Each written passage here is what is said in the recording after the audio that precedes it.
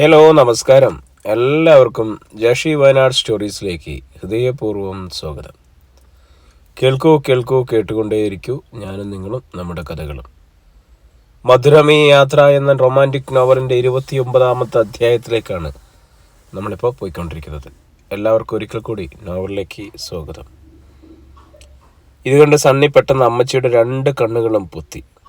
അവൻ പതിയെ അവളുടെ ചുണ്ടുകളിലേക്ക് അവൻ്റെ അതിരങ്ങൾ ചേർത്ത് നുകരാൻ തുടങ്ങി. അപ്പോഴും മരിയയ്ക്ക് പോയ കിളികളൊന്നും തിരിച്ചു വന്നിട്ടില്ലായിരുന്നു. ഓരോ തവണ അവനിങ്ങനെ തന്നിൽ ആഴ്ന്നിറങ്ങുമ്പോഴും അവൻ്റെ കൈകളിൽ മുറുകുന്നുണ്ടായിരുന്നു. അവൻ്റെ രക്തത്തിൻ്റെ രുചി അപ്പോഴാണ് അവളിൽ നിന്നും അടർന്നു മാറിയത്. അവൾ ശ്വാസം എടുക്കാൻ ബുദ്ധിമുട്ടുന്നുണ്ടായിരുന്നു.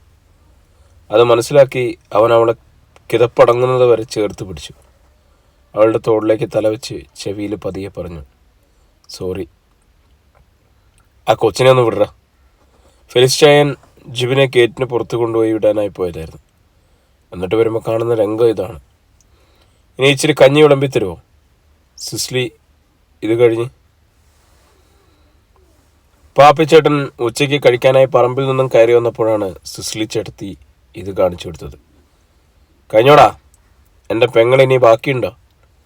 സണ്ണി അമ്മച്ചിയുടെ കണ്ണിൽ നിന്നും കൈയെടുത്തുകൊണ്ട് ചോദിച്ചു.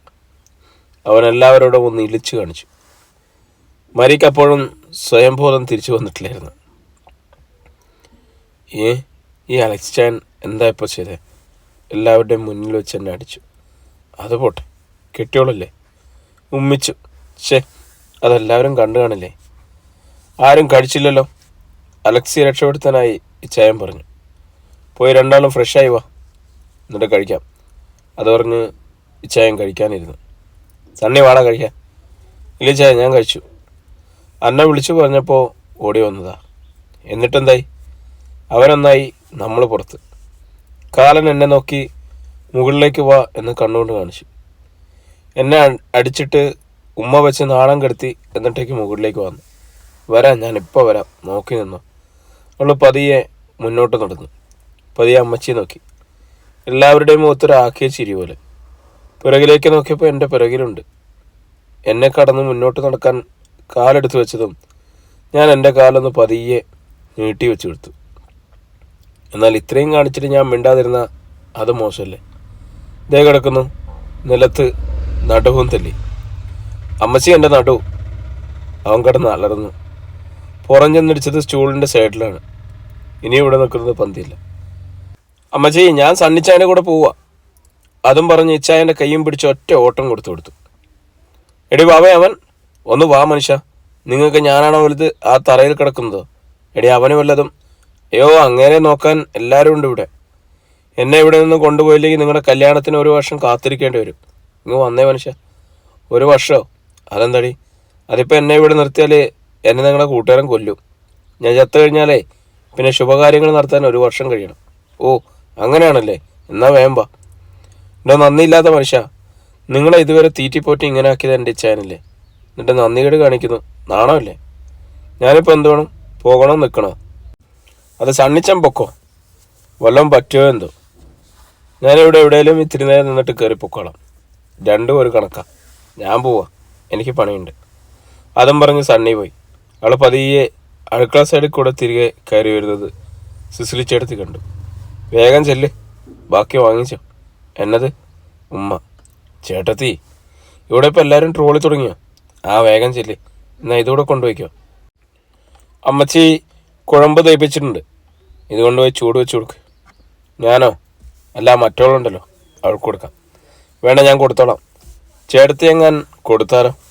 അതും വാങ്ങി റൂമിലേക്ക് നടന്നു. റൂമിലെത്തിയപ്പോൾ അമ്മയും അവനും സംസാരിച്ചുകൊണ്ടിരിക്കുകയാണ്. എന്താണാവോ? അമ്മച്ചി എന്നെ കണ്ട് കണ്ണു പിടിച്ചു. മിണ്ടല്ലേ എന്ന് കണ്ണുകൊണ്ട് കാണിച്ചു.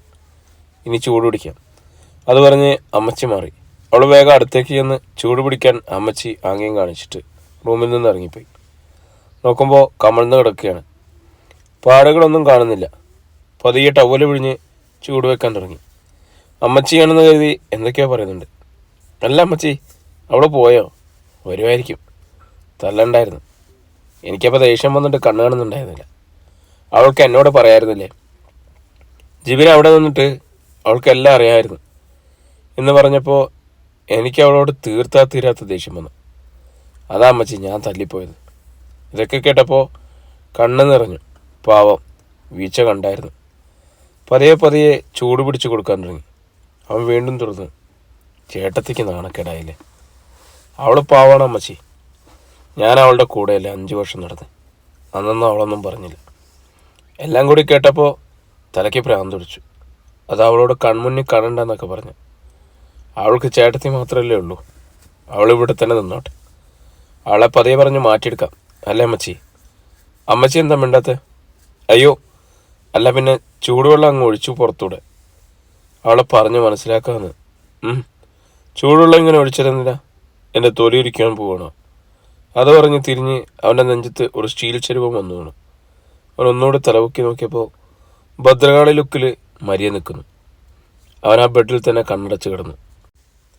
അവൻ നോക്കുമ്പോൾ അവൾ അടുത്തേക്ക് വരികയാണ്. പിന്നെയൊന്നും നോക്കിയില്ല, കണ്ണടച്ച് തന്നെ കിടന്നു. ഇതുവരെ ഞാൻ ക്ഷമിച്ചു. ഇനി അവളെ ഇവിടെ നിർത്താനാണ് ഭാവമെങ്കിൽ അവളെ അങ്ങ് കെട്ടിക്കണം. ഞാൻ എൻ്റെ വീട്ടിൽ പോവും. പറഞ്ഞില്ല എന്ന് വേണ്ട. അവളൊന്നും കൂടെ ആലോചിച്ച് വീണ്ടും പറഞ്ഞു, അയ്യോ അങ്ങനെയല്ല, അവളെ കെട്ടണ്ട. അതിനു മുമ്പ് നിങ്ങളെ ഞാൻ കൊല്ലും. അവളെ പറഞ്ഞ് മനസ്സിലാക്കാൻ പോണു. അവളെന്താ ഉള്ള കുഞ്ഞല്ലേ, മനസ്സിലാക്കിപ്പിക്കാൻ. അത് പറഞ്ഞ് അവൾ അവനെ തിരിഞ്ഞു നോക്കി. അവനിതെല്ലാം കേട്ട് മിണ്ടാതെ കിടക്കുന്നു. അയ്യോ മാതാവേ, ബോധം പോയോ? ഏയ്, ഇത് ചുമ്മാ കാണിക്കുന്നതാ, ഞാൻ പൊട്ടിയൊന്നുമല്ല. അവൾ അടുത്ത് വന്ന് പതിയെ മൂക്കത്ത് വിരൽ വെച്ച് നോക്കിയതും അലക്സി അവളെ വട്ടം പിടിച്ചൊന്ന് ഉരുട്ടി. എന്താ ഇപ്പോൾ സംഭവിച്ചേ? അവളെ കണ്ണ് തുറിച്ച് നോക്കി. ഞാനെങ്ങനെ ഇവിടെ എത്തി? എന്താടി പെണ്ണേ, നീ പോയിട്ടെന്തേ അങ്ങ് എത്തിയില്ലേ? അതവൻ കൊണ്ടുപോയില്ലേ? ഒന്ന് മാറിക്കേ, എനിക്ക് പോകണം. അതും പറഞ്ഞ് അവളെ എഴുന്നേൽക്കാൻ നോക്കി. എവിടെ? അനങ്ങാൻ കൂടി പറ്റുന്നില്ല. ഇച്ചായ ഒന്ന് വിട്ടെ. ഞാൻ ചോദിച്ചതിന് ഉത്തരം കിട്ടിയില്ല. അവൻ പതിയെ അവളുടെ മുഖത്തിനടുത്തേക്ക് മുഖം അടുപ്പിച്ചു. അവളെ വീണ്ടും വേർക്കാൻ തുടങ്ങി. എനിക്കറിയായിരുന്നു നീ ഇന്ന് തന്നെ തിരിച്ചു വരുന്നു. നമുക്കങ്ങനെ കാണാതിരിക്കാൻ പറ്റുമോ?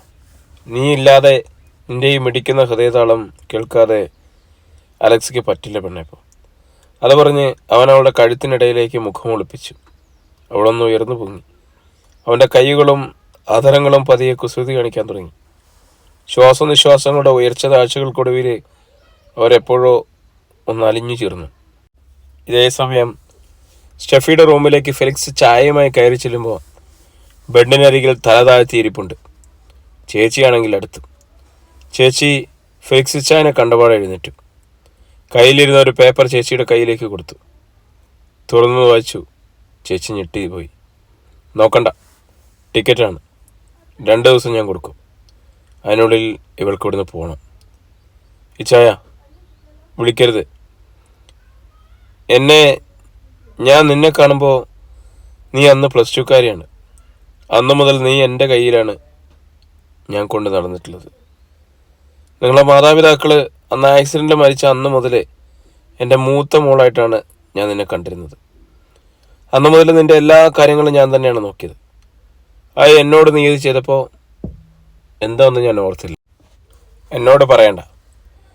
നിനക്ക് നിൻ്റെ ചേച്ചിയോട് പറയായിരുന്നു. നീ ആരോടും പറഞ്ഞില്ല. നീ എൻ്റെ അനിയൻ്റെ കുടുംബജീവിതം തകർക്കാനാണ് ഇപ്പോൾ നോക്കിയത്. അത് ഞാൻ ക്ഷമിക്കില്ല. ഈ 2 ദിവസത്തിനുള്ളിൽ ഇവിടുന്ന് പോയേ പറ്റൂ. 2 ദിവസം തന്നെ എന്താണെന്ന് വെച്ചാൽ കോളേജിൽ പോയി റെസിഗ്നേഷൻ കൊടുക്കണം. പിന്നെ നിനക്ക് യാത്ര പറയേണ്ടവരോടൊക്കെ യാത്രയും പറയാം. ഇതെല്ലാം കേട്ടിട്ടും സ്റ്റെഫി മിണ്ടാതെ തലയും താഴ്ത്തിയിരിക്കുകയാണ്. ചേട്ടത്തി ഒന്നും മിണ്ടുന്നില്ലായിരുന്നു. കാരണം അലക്സിയെ പോലെയല്ല ഫെലിക്സി. അലക്സി പിന്നെയും കുറേ വഴക്കുണ്ടാക്കിയാലും മാറി ചിന്തിക്കും. എന്നാൽ ഫെലിച്ചായൻ അങ്ങനെയല്ലെന്ന് ചേട്ടത്തിക്ക് അറിയാം. അതുകൊണ്ട് തന്നെ പറയുന്നത് അനുസരിക്കണം എന്ന് മനസ്സിലോർത്തു. പിന്നെ ഇച്ചായൻ അവിടെ നിൽക്കാതെ റൂമിൽ നിന്ന് ഇറങ്ങിപ്പോയി. ഇല്ല, ജീവിക്കാൻ അനുവദിക്കില്ല ഞാൻ അവരെ. ഇത് പറഞ്ഞുകൊണ്ട് സ്റ്റെഫി ബെഡിൽ നിന്ന് ചാടി എഴുന്നേറ്റു. ആഞ്ഞൊരു അടിയായിരുന്നു അവൾക്ക് കിട്ടിയത്, ചേച്ചിയുടെ കൈകൊണ്ട്. ഞാനൊന്നും മിണ്ടാതെ ഇരുന്നപ്പോൾ നീ എന്ത് കരുതി? ഞാൻ നിനക്ക് സൈഡ് നിന്നു? ഇല്ല, ഞാൻ നിനക്ക് സൈഡ് നിൽക്കില്ല. അലക്സിയുടെ ജീവിതം തകർക്കാൻ ഞാൻ സമ്മതിക്കില്ല. നിനക്ക് പറയാമായിരുന്നു. അവസരങ്ങൾ ഒരുപാടുണ്ടായിരുന്നു. എന്നിട്ട് എന്നോട് പോലും ഒരു വാക്കുപോലും നീ ചോദിച്ചിട്ടില്ലല്ലോ. അതും പറഞ്ഞ് ചേച്ചി ആ റൂമിൽ നിന്നും ഇറങ്ങിപ്പോയി. മരിയ കണ്ണു തുറന്ന് നോക്കിയപ്പോൾ അലക്സി അവളെയും ചേർത്ത് പിടിച്ച് ഉറങ്ങുകയായിരുന്നു. അവൾ അവനെ നോക്കി. അവൻ്റെ നെറ്റിയിലേക്ക് വീണ് കിടക്കുന്ന മുടി പതിയെ മേലോട്ടാക്കി. മുടിയിഴകളിലൂടെ വിരലോടിച്ചുകൊണ്ട് അവൻ്റെ നെറ്റിയിൽ ചുണ്ടുകൾ ചേർത്തു. അവനോട് ചേർന്ന് കിടന്നു. അവൻ്റെ കൈകളുടെ മുറുക്കം കൂടിയപ്പോൾ അവൻ പതിയെ കണ്ണു തുറന്ന് അവളെയും അവളവനെയും നോക്കി. വെറുതെ ഉറക്കത്തിലും പുഞ്ചിരിക്കുന്നത് പോലെ അവന് തോന്നി. പിന്നെ അവൻ്റെ കൈ പതിയെ വിടുവിച്ച് വാഷ്റൂമിൽ കയറി ഫ്രഷായി താഴേക്ക് ഇറങ്ങി ചെന്നു. അവിടെ ചെന്നപ്പോൾ ചേട്ടത്തി ടേബിളിൽ ഇരിക്കുന്നുണ്ടായിരുന്നു. ചേട്ടത്തി ഓടി വന്ന് കയ്യിൽ പിടിച്ചു. സോറി മോളെ മരിയ, അവള് എനിക്കൊന്നും അറിയില്ലായിരുന്നു. അവൾ ഇങ്ങനെയൊക്കെ ചെയ്യുന്നു. നിനക്ക് വിഷമായോ? അവളോട് ദേഷ്യം ഉണ്ടെങ്കിലും ചേട്ടത്തിയുടെ മുന്നിൽ കാണിക്കാൻ പാടില്ലല്ലോ. അത് കഴിഞ്ഞ കാര്യമല്ലേ, സാരമില്ല, എനിക്ക് വിഷമമൊന്നുമില്ല. അത് പറഞ്ഞപ്പോൾ കണ്ണ് നിറഞ്ഞ പോലെ. ആ ഫോട്ടോസ് ഇച്ചായനൊന്ന് വിശ്വസിച്ചിരുന്നെങ്കിൽ ഓർക്കാനേ വയ്യ. പ്രിയരെ, വളരെ ചെറിയൊരു എപ്പിസോഡാണ് കേട്ടോ ഇന്ന്. അത്യാവശ്യമായ കുറച്ച് കാര്യങ്ങളുടെ ഒരു ഹോസ്പിറ്റൽ എമർജൻസി ആയിട്ട് ബന്ധപ്പെട്ടുള്ള തിരക്കിലാണ്. അതുകൊണ്ടാണ് ഇത്രയും നീളം കുറയുന്ന ഒരു എപ്പിസോഡ് അപ്ലോഡ് ചെയ്യുന്നത്. എത്രയും പെട്ടെന്ന് ഈ സ്റ്റോറി അവസാനിപ്പിച്ച് നമുക്ക് പുതിയൊരു സ്റ്റോറി തുടങ്ങേണ്ടതുണ്ട്. ഒരുപാട് നല്ല നല്ല നോവലുകളൊക്കെ വന്ന് വെയിറ്റിങ്ങിൽ നിൽക്കുന്നുണ്ട്. വീണ്ടും നമുക്കൊരു പുതിയ അധ്യായമായിട്ട് നാളെ കാണാം അല്ലേ? ഇത്തിരി സന്തോഷത്തോടെ നിങ്ങളുടെ സ്വന്തം ജാഷി വയനാട്.